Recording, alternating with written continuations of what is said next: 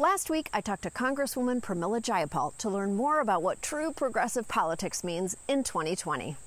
Congresswoman Pramila Jayapal is an American hero from the good Washington. She's also known for bringing Attorney General Barr to near tears. When protesters with guns and swastikas and Confederate flags, excuse me, Mr. Barr, this is my time and I control it. This lady's my kind of Democrat. How does she do it?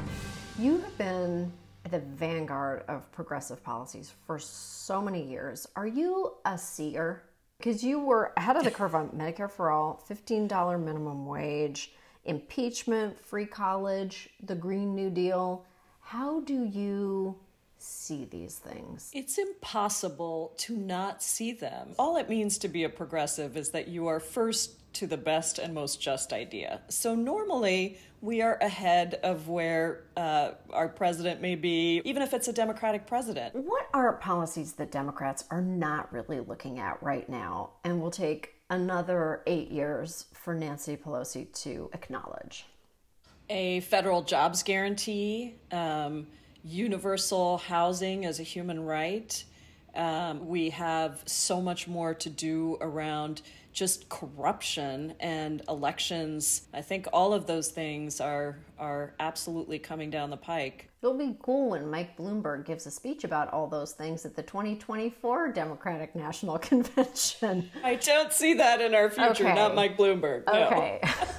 But Bloomberg did speak at the DNC this year, and so did a bunch of other people. Barf.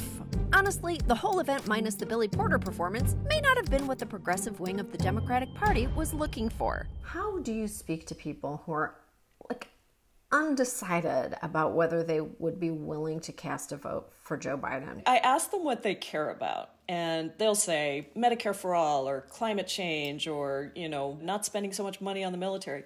And then I just take them through. There are two choices on the ballot, and there is no progress possible with Donald Trump in the White House. So whatever you care about, you're not going to get it with Donald Trump. We got to get Donald Trump out of office. Right. The stakes could not be higher. So, okay, tell me what happens if we all wake up the next day and nobody really knows who the winner is. What happens then? When you go down the road to fascism, which is what that would be, that it's got to be the people that turn out in the streets and are really ready to take on what is happening and demand a fair result. Taking it to the streets, I can live with as a strategy. More Zoom meetings, I cannot live with that as a strategy. At least we have fall protest attire to look forward to. And assuming we all treat our ballots like horny chain texts and send them out, and assuming that Trump loses, and assuming more miraculously that he leaves the White House, is that enough? No, definitely not. We already had the tools for Trump to sort of put in place some things that really enabled all the xenophobia and racism. So we have a lot of things to fix. What's the worst case scenario that happens if we don't address these root causes?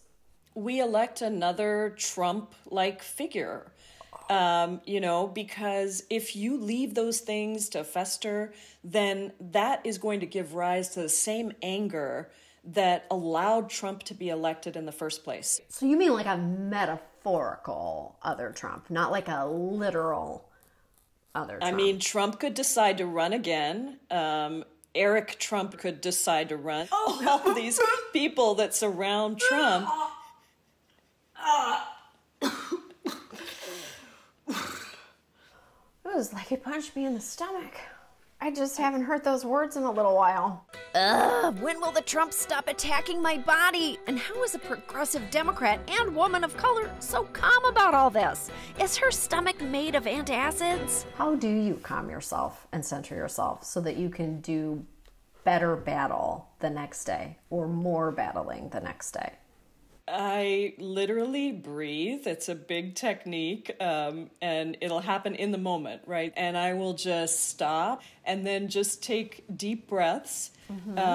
And I will have a little, something that I say, like breathe in power, breathe out anger, or whatever. Does your anger ever breathe out like fire? People fire tell me out. that when they watch me questioning, sometimes they see that fire. Let me try it. Okay, I'm gonna try it for myself. Okay, I'm gonna think about Trump stealing the election. Hang on. So.